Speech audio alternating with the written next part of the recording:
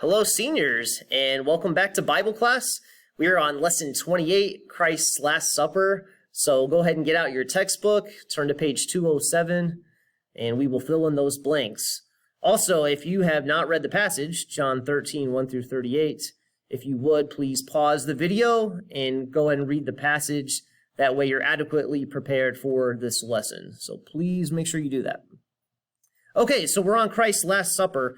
On Tuesday night, the disciples and Jesus stay in Bethany, and then on Wednesday, Jesus sends out Peter and John to Jerusalem to prepare for the Passover supper, which was to be eaten after 6 p.m. Now, the occasion for the Passover, keep in mind that this was the most important event on the Jewish calendar, the Passover. And I was trying to think, modern times, what's the most important event on our calendar? And I would think it would be Christmas. So you think about it, Christmas, there's a lot of planning, a lot of expectation. And the same would be true of the Passover here. So where did the Passover originate? Well, we know that it originated in Egypt, the Egyptian Passover. And remember the 10th plague. So the Israelites would have to kill a lamb and then put the blood of the lamb on the doorposts. And when the death angel came by, it would see the blood and it would pass over that house so that the oldest son would not die. And it was a picture, it was a symbol of the coming Messiah, the perfect Lamb of God, sacrificing his life for the sins of the world. So after the Egyptian Passover, the Jews would celebrate the Passover every year. This is the permanent Passover. And you can see on page 207, it has a little description box of some of the events that took place for the Passover feast. So the afternoon of Nisan 14, the lamb was slain. So they selected a perfect lamb, one that didn't have blemish or spot, and they would take it to the priest. The lamb was then slain, and its blood was caught in a gold or silver bowl. The blood was then sprinkled on the altar. And then the evening of Nisan 15, the lamb was roasted and the ceremony begins. So the unleavened bread was handed out and the lamb was brought in. The guests would sing the first part of a hymn of praise and then they would offer a prayer. So the Passover lamb. The great irony of this account is that the real Passover lamb was sitting right there with the disciples, eating the symbolic Passover supper the night before he was to be sacrificed. So I don't know if you've ever really thought about that, but it's something that's interesting to think about. Here's the real Passover lamb eating the symbolic Passover lamb. Did God know that? Of course he did. Absolutely. So we're going to look at Christ's knowledge. This passage reveals three things that Jesus knew. So go ahead and turn to John chapter 13, and we'll look at verses 1 through 3 here. It says in John 13, verse 1, "Now before the feast of the Passover, when Jesus knew that his hour was come, that he should depart out of this world unto the Father, having loved his own which were in the world, he loved them unto the end. And supper being ended, the devil having now put into the heart of Judas Iscariot, Simon's son, to betray him. Jesus, knowing that the Father had given all things into his hands, and that he was come from God and went to God." So first of all, Jesus knew that his hour was come. It is time for Jesus to be arrested and crucified. He was laying aside his own life. And then secondly, Jesus knew that his betrayer was going to betray him and what he was about to do. He was fully aware of all that Judas was and also aware he was going. And you think about how interesting that is. Even before God chose Judas to be one of his disciples, he knew that Judas was going to betray him. Jesus also knew his own identity.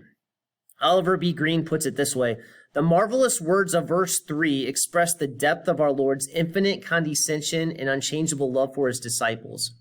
He had a full knowledge of who he was and why he had come into the world.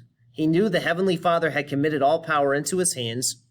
He knew that as God the Father had life in himself, the Son had life in himself. For he was with the Father in the beginning, and would return to the Father to be seated in the highest seat in heaven at the right hand of the Majesty. Knowing all these things, he condescended to render the most humble service of a servant and wash the feet of his disciples. So we know what happens. Jesus comes into the room, they eat the Passover feast, and then we have Christ's humility here.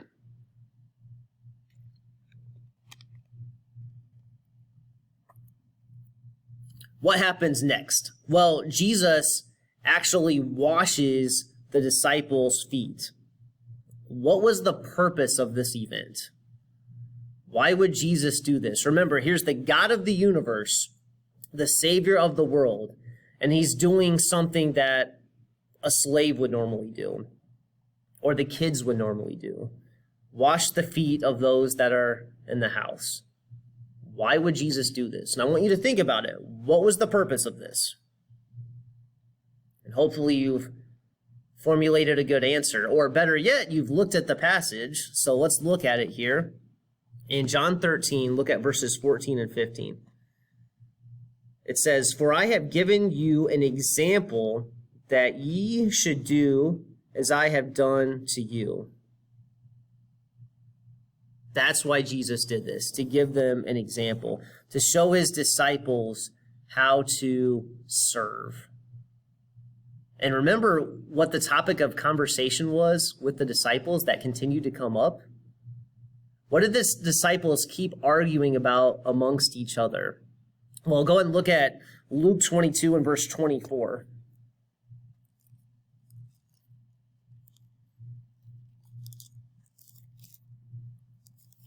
Luke 22, starting in verse 24. Actually, we'll just read that verse. It says, "And there was also a strife among them, which of them should be accounted the greatest.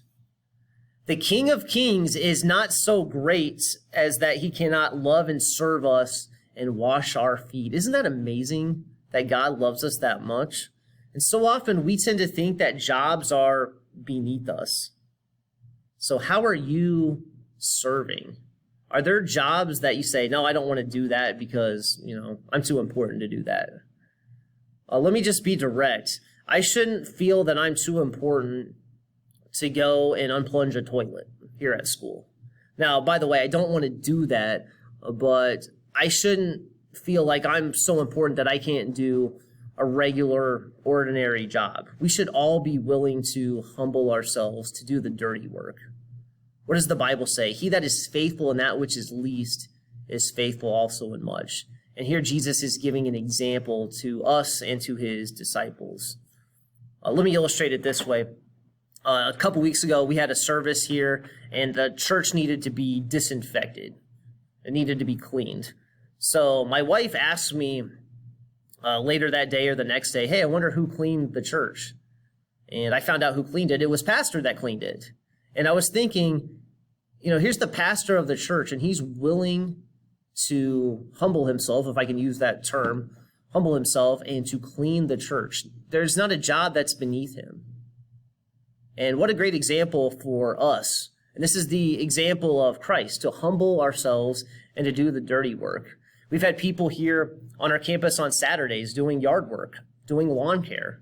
And they don't do it for the praise of men like the Pharisees. The Pharisees would pray to be seen of people. People would come into our church, to the grounds here, and take care of it. Not for the praise of men, but because they love Christ. And that's what we need to do. So don't be too important to serve. How are you serving in your local church right now? And you say, oh, I'm not serving.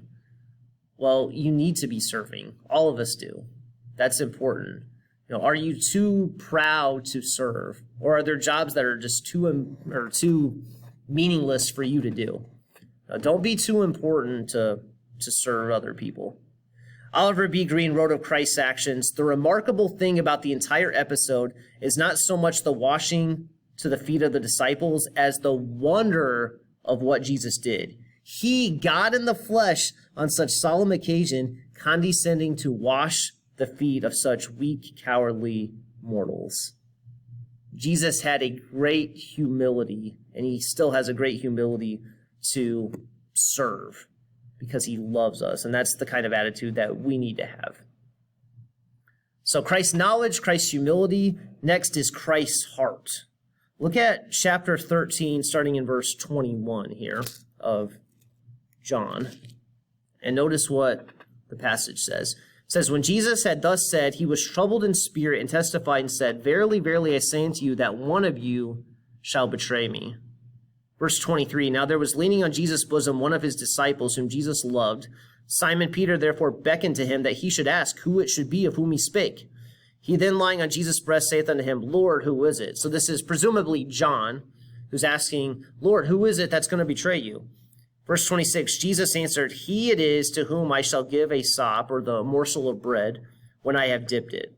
And when he had dipped the sop, he gave it to Judas Iscariot, the son of Simon. And after the sop, Satan entered into him. Then said Jesus unto him, that thou doest, do quickly.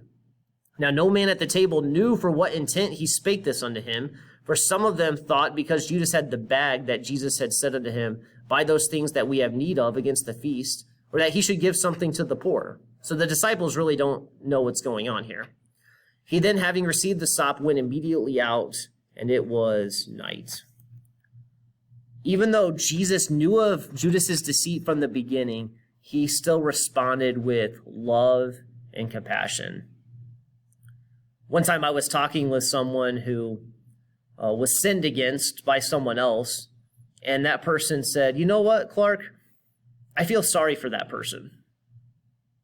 Now, if someone does something against me, that's not my natural reaction, to feel sorry for them. I'm angry at them. I want to do something against them. But yet here's Jesus, and he felt compassion to Judas. Remember, behind every wrongful act is a need in someone's life. And Judas obviously had a spiritual need. We all have spiritual needs. If we could learn how to feel compassion towards those who mistreat us, how differently we would react. And according to Jewish custom, on top of this, the head of the feast could offer the sop to the most honored guest. So he's actually showing Judas honor here. The disciples understood Jesus' action, and Jesus was challenging the disciples to demonstrate the same kind of love. This love of humility, of service, of compassion. That's what we need to demonstrate as well through the power of the Holy Spirit. Okay, that's part 1. So go ahead and watch the part 2 video of this lesson.